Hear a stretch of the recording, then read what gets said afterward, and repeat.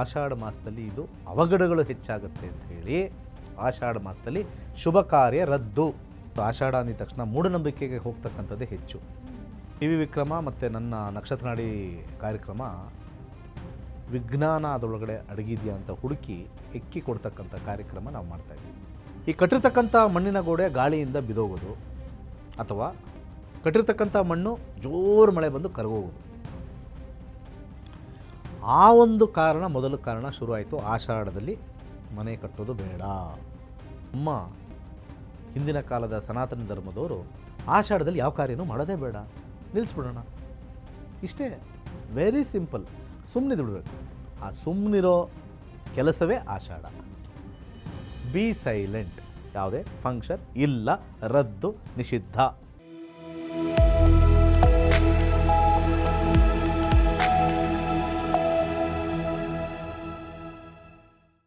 ಎಲ್ರಿಗೂ ನಮಸ್ಕಾರ. ನೀವು ನೋಡ್ತಾ ಇದ್ದೀರಾ ಟಿವಿ ವಿಕ್ರಮ ನಕ್ಷತ್ರ ನಾಡಿ ಕಾರ್ಯಕ್ರಮಕ್ಕೆ ಸ್ವಾಗತ.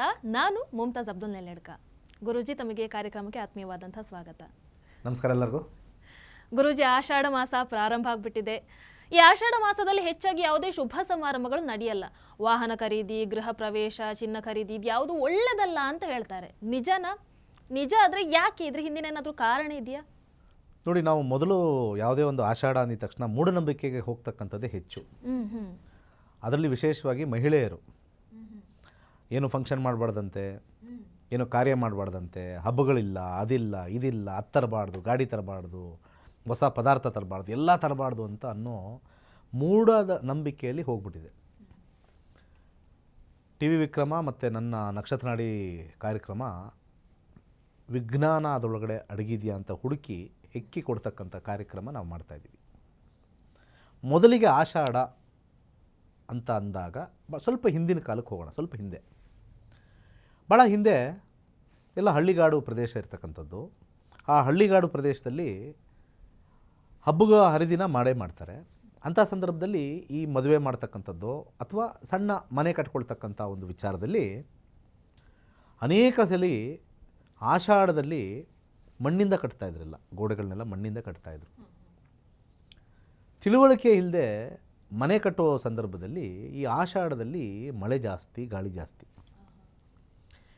ಈ ಕಟ್ಟಿರ್ತಕ್ಕಂಥ ಮಣ್ಣಿನ ಗೋಡೆ ಗಾಳಿಯಿಂದ ಬಿದೋಗೋದು ಅಥವಾ ಕಟ್ಟಿರ್ತಕ್ಕಂಥ ಮಣ್ಣು ಜೋರು ಮಳೆ ಬಂದು ಕರಗೋಗೋದು, ಆ ಒಂದು ಕಾರಣ ಮೊದಲ ಕಾರಣ ಶುರುವಾಯಿತು. ಆಷಾಢದಲ್ಲಿ ಮನೆ ಕಟ್ಟೋದು ಬೇಡ.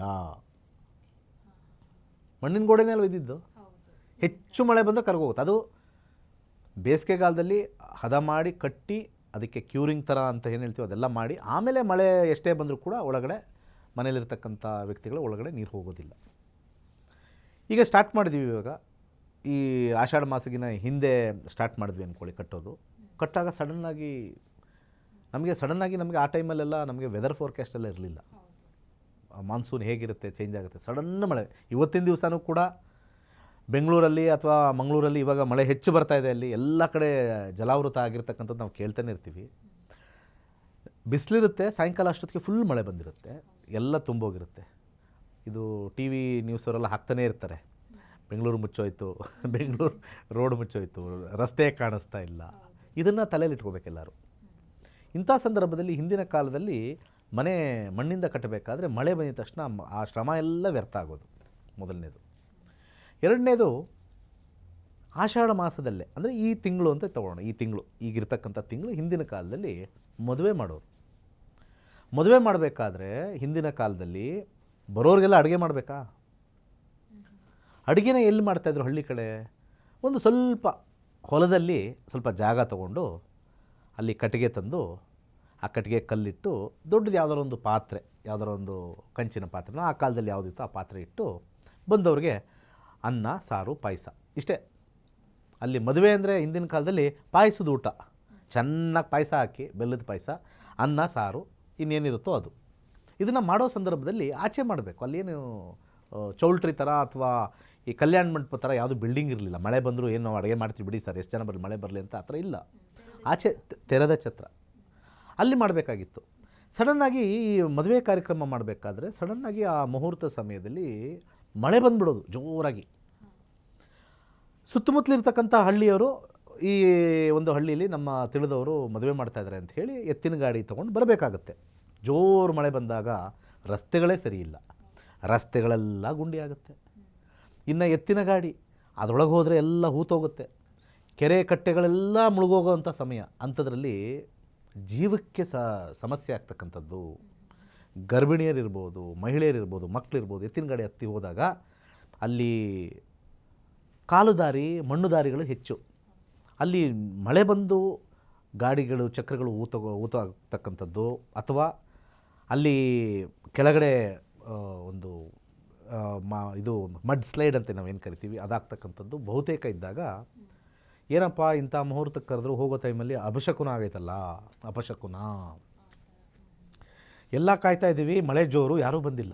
ಅಲ್ಲಿ ಅಡುಗೆ ಮಾಡಿಸ್ತಾ ಇದ್ದೀವಿ, ಅಲ್ಲಿ ಬೈಲಲ್ಲಿ ಮಳೆ ಬಿದ್ದು ಅಲ್ಲೂ ಕೂಡ ಸಮಸ್ಯೆ ಆಗಿದೆ, ಬೆಂಕಿ ಯಾರೋಗಿದೆ.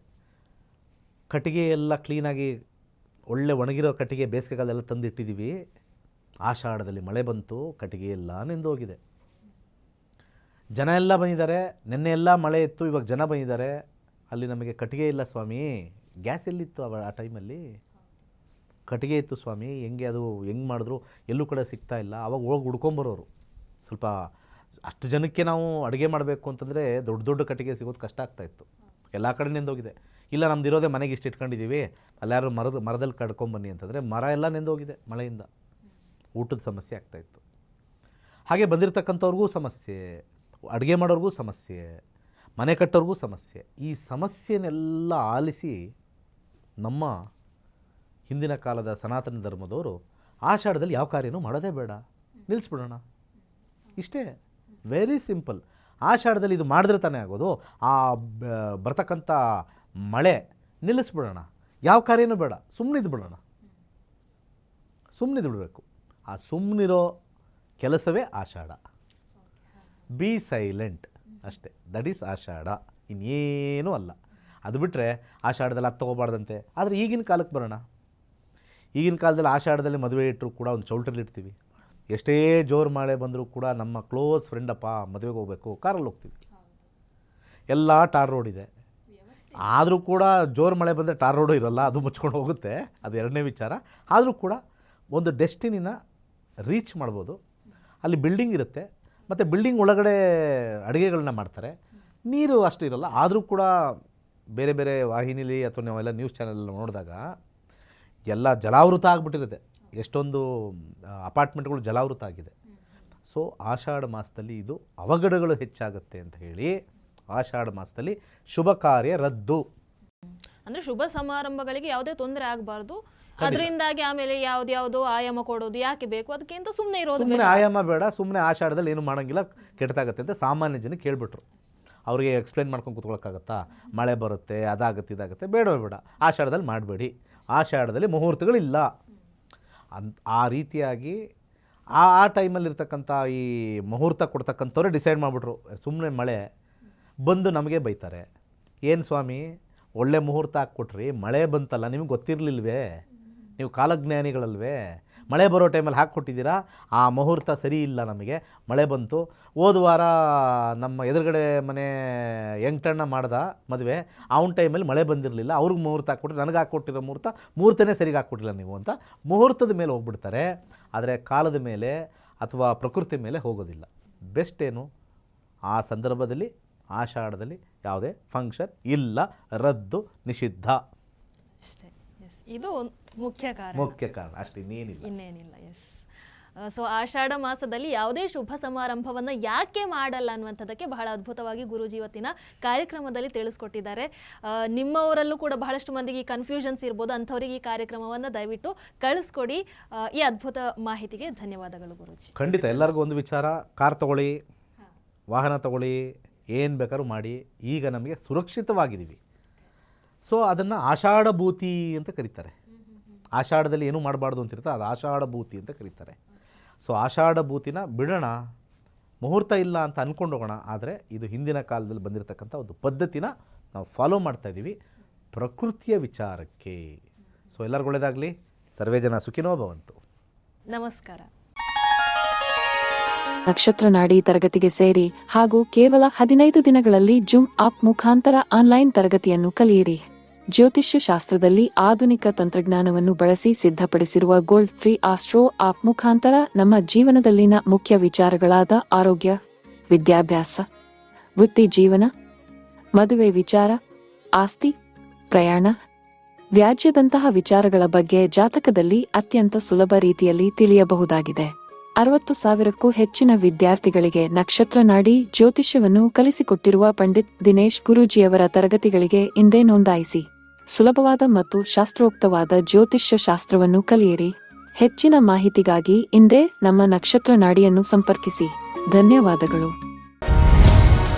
ಟಿವಿ ವಿಕ್ರಮ, ದೇಶ ನಿಮ್ಮ ಕೈಯಲ್ಲಿ. ಈ ಕಾರ್ಯಕ್ರಮ ನಿಮಗೆ ಇಷ್ಟ ಆಗಿದ್ದಲ್ಲಿ ಲೈಕ್, ಶೇರ್ ಹಾಗೂ ಕಮೆಂಟ್ ಮಾಡಿ. ಟಿವಿ ವಿಕ್ರಮದ ಕಾರ್ಯಕ್ರಮಗಳನ್ನು ನಿರಂತರವಾಗಿ ವೀಕ್ಷಿಸಲು ಸಬ್ಸ್ಕ್ರೈಬ್ ಮಾಡಿ, ಬೆಲ್ ಐಕನ್ ಒತ್ತಿ.